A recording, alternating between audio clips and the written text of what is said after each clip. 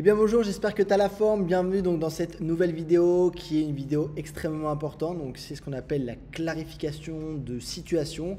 C'est tout simplement la base de ton projet immobilier. Il y a trop de personnes qui font des erreurs en oubliant cette étape. Pour moi, c'est l'étape la plus importante. Ok.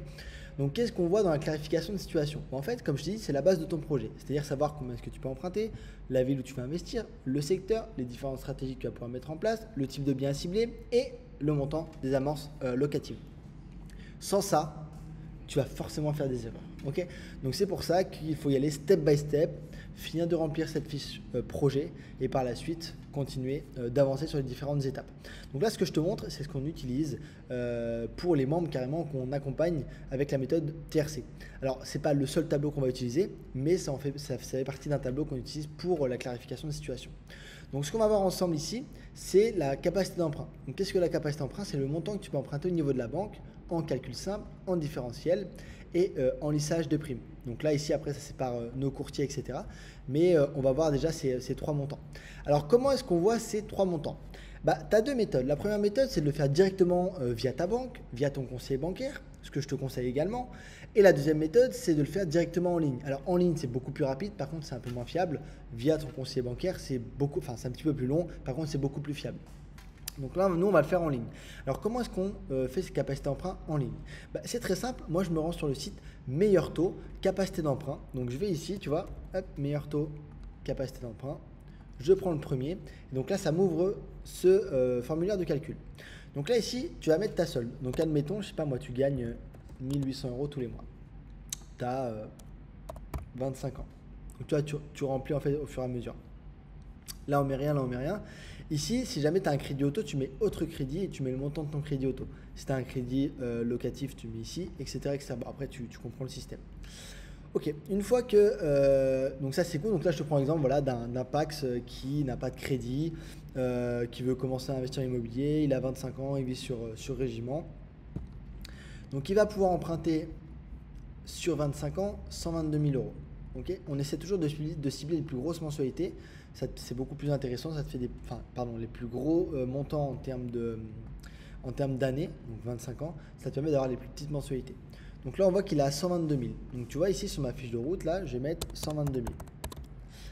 Donc je te conseille de te faire à peu près le même tableau. Hein, ça suffit largement pour pouvoir te lancer.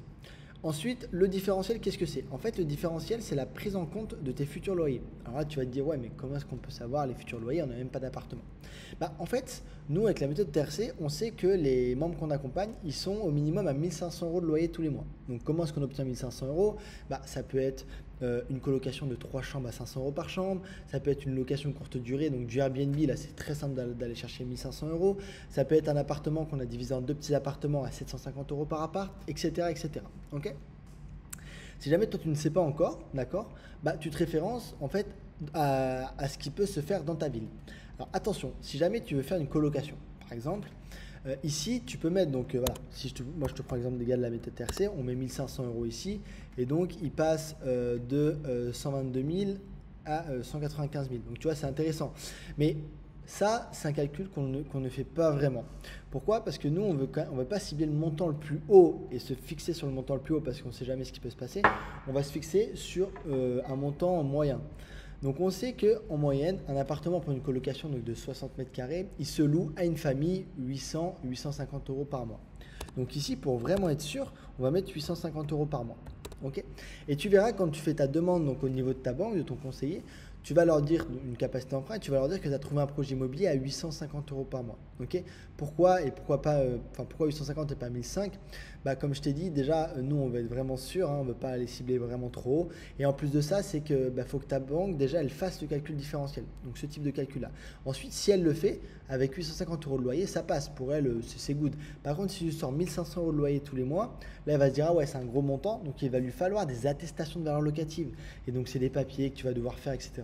Alors qu'on veut juste savoir combien est-ce que tu peux emprunter et si elle applique le calcul différentiel.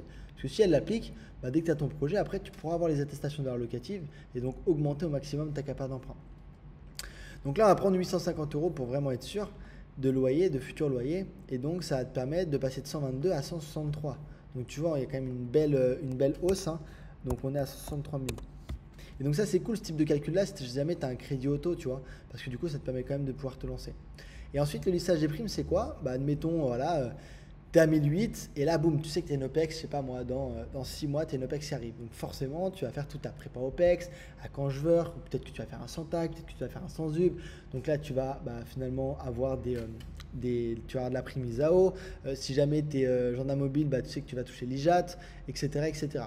Donc en fait, tu vas pouvoir prendre en compte toutes tes primes. Ok.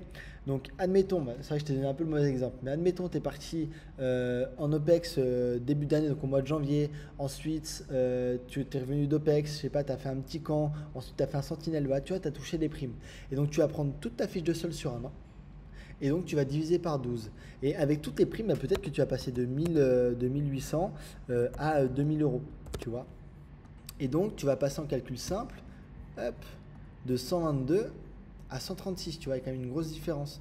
Et donc avec les futurs loyers, voilà, si je mets ça, tu vas pouvoir emprunter je sais pas combien de millions. Hop, tu vas passer à 176 000, tu vois, donc ça reste super intéressant. Donc de faire les lissage des primes. Alors moi, si je peux te conseiller, ne l'utilise pas. Si jamais tu as une capacité d'emprunt calcul simple qui est aux alentours de 100 000 et en différentiel à 150, ne l'utilise pas, ça sert à rien. Utilise-la vraiment au bon moment parce que le truc c'est que tu vas venir faire ton lissage des primes l'année où tu es le plus parti.